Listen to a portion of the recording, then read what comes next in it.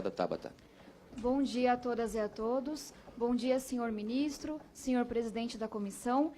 Eu queria pular um pouco da parte que os deputados já trouxeram de forma tão brilhante sobre os desmandos, as polêmicas, as demissões, tudo que a gente está acontecendo, porque eu acho que isso não faz com que a conversa vá um pouco adiante.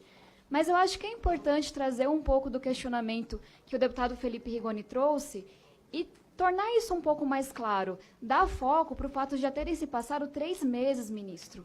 Em um trimestre, não é possível que o senhor apresente um PowerPoint com 2, 3 desejos para cada área da educação. Cadê os projetos? Cadê as metas? Quem são os responsáveis? Isso daqui não é planejamento estratégico. Isso daqui é uma lista de desejos. E eu quero saber onde que eu encontro esses projetos, quando cada um começa a ser implementado, quando serão entregues, quais são os resultados esperados. São 3 meses, a gente consegue fazer mais do que isso. E uma segunda pergunta fala um pouco sobre o aparelhamento ideológico do Ministério. Eu não vou ficar discutindo fumaça, não vou ficar falando que sou contra escola sem partido, etc., etc., porque eu sou contra, mas não acho que é isso que importa. A gente precisa de profissionais preparados em gestão, educação. Se tem uma coisa que eu aprendi nos últimos anos, como cientista política, como ativista pela educação, é que o maior desafio que a gente tem não é ficar fazendo lista de desejos, não é criar objetivos, é implementar de fato. E a gente não implementa sem um corpo preparado, sem pessoas que têm experiência. E não dá para acreditar que uma troca tão constante do alto escalão, que uma troca tão constante de projetos, que essa paralisia vá levar ao sucesso da educação brasileira. A nossa educação hoje, por experiência própria, a falta que ela faz nas periferias, ela mata. E para mim não tem coisa mais urgente do que essa, e eu esperava muito mais do senhor em 3 meses de trabalho. Muito obrigada. Neste momento eu não tenho à mão esses dados de execução orçamentária. E a eleição? A questão da eleição, a gente cumpre a lei. O que está na lei, a gente cumpre.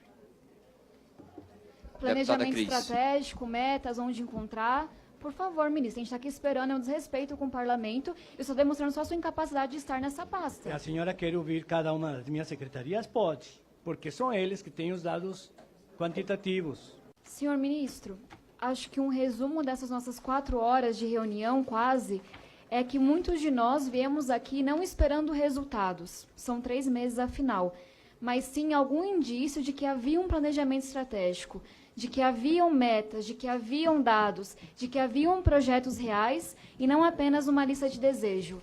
Eu também estou no meu primeiro mandato, eu também estou aqui para construir, mas saio dessa reunião extremamente decepcionada e sentindo que a sua incapacidade de apresentar uma proposta, de saber dados básicos e fundamentais, é um desrespeito, não só à educação, não só ao Ministério, não só ao Parlamento, mas ao Brasil como um todo.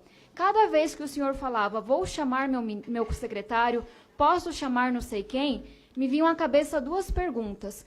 Como é possível gerir uma pasta tão complexa, tão grande, tão importante como é o MEC, sem conhecer os dados? Eu não conheço um bom gestor que não saiba o mínimo do que está fazendo, que não saiba nada sobre gestão. E eu me perguntava também se o senhor estudou para essa reunião, se o senhor entendeu a relevância do que está acontecendo aqui, porque para mim é extremamente importante e só se confirma o que a gente veio trazer. Quando eu vejo na lista de desejos BNCC e Fundeb juntos, que são coisas completamente diferentes, mundos à parte, eu só peço a sua humildade de ouvir as propostas que estão nessa mesa, que estão nessa sala nesse momento. A professora Dorinha trouxe propostas para o Fundeb. A gente quer um Fundeb que aumente a complementação da União, que esteja na Constituição, que espalhe boas práticas Brasil afora. Eu apresentei um projeto para criar critérios para as transferências voluntárias do Ministério da Educação, já que não há projetos no Ministério que ao menos acolha os nossos, que ao menos sente para conversar e entender o que a gente quer para esse Brasil.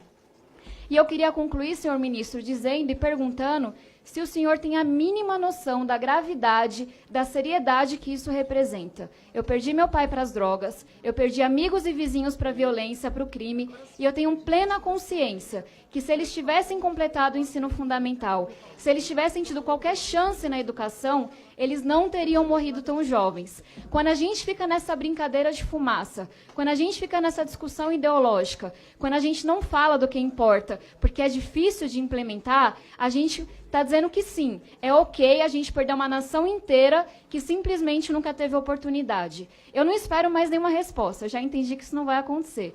Então, a mim me resta lamentar o que está acontecendo, continuar o meu trabalho de educação, que não começa com esse mandato, e esperar que o senhor mude de atitude, o que parece completamente improvável, ou saia do cargo de ministro da Educação. Obrigada.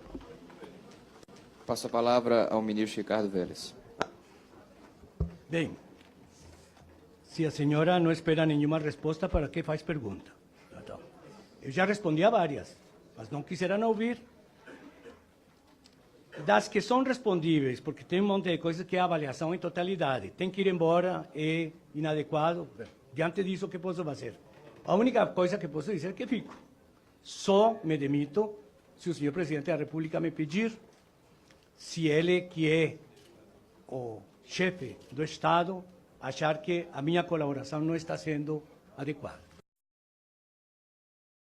Senhor presidente, senhor ministro, deputados e deputadas, nós estamos aqui na sala da Comissão de Educação. Atrás do deputado Pedro está Florestan Fernandes. Peço que o ministro, não sei se o ministro conhece, mas é um constituinte brasileiro, né, um conhecedor da educação, comunista.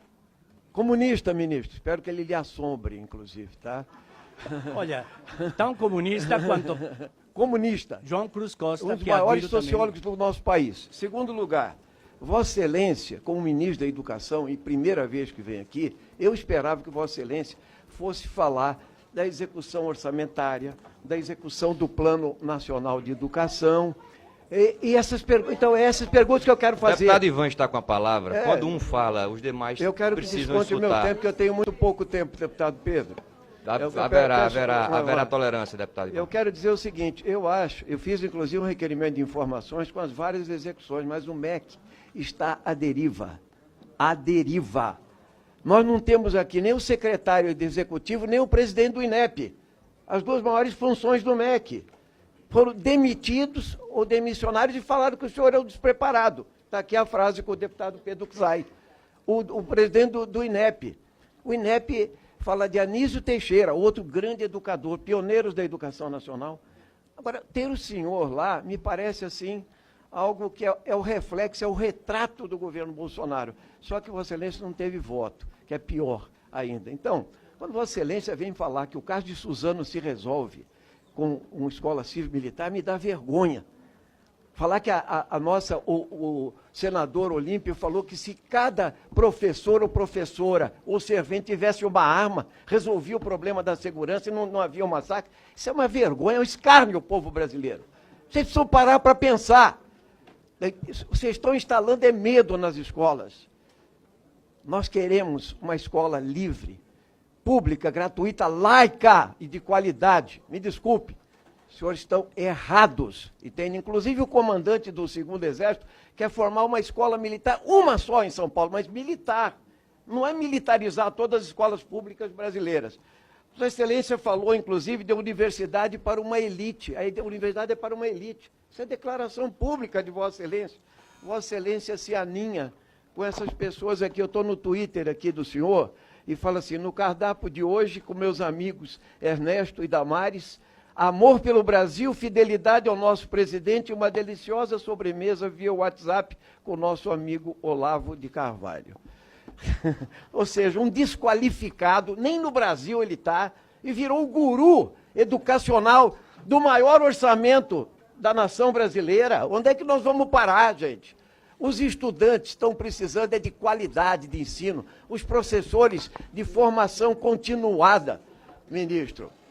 Nós temos que discutir as questões salariais daqueles que ensinam, para dar garantia de que nós vamos ter uma escola pública de qualidade, mas nada disso interessa. O que interessa para vocês é a escola sem partido, do partido de Vossa Excelência. É isso que interessa.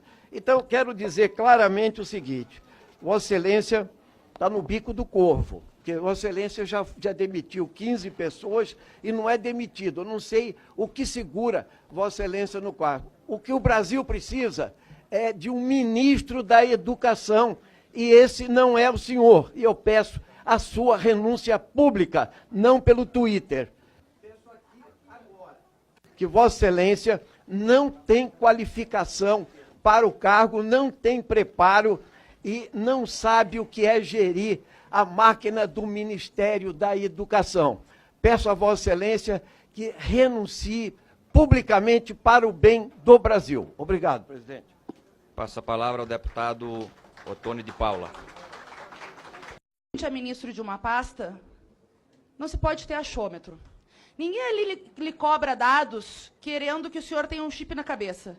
Lhe cobra dados porque a política pública se faz com dados, estatísticas, previsão e sabedoria da execução orçamentária. Eu poderia lhe perguntar do Fundeb, que agora em 2020 corre riscos sérios e envolve estados e municípios. Poderia lhe perguntar do FIES, que tem estudantes que não estão conseguindo estudar. Poderia lhe perguntar para a política dos institutos federais, que, de fato, não tem nenhuma previsão. Poderia lhe perguntar do diálogo com os secretários de educação, que dizem que não tem orientação nenhuma do MEC e nunca viram isso na história.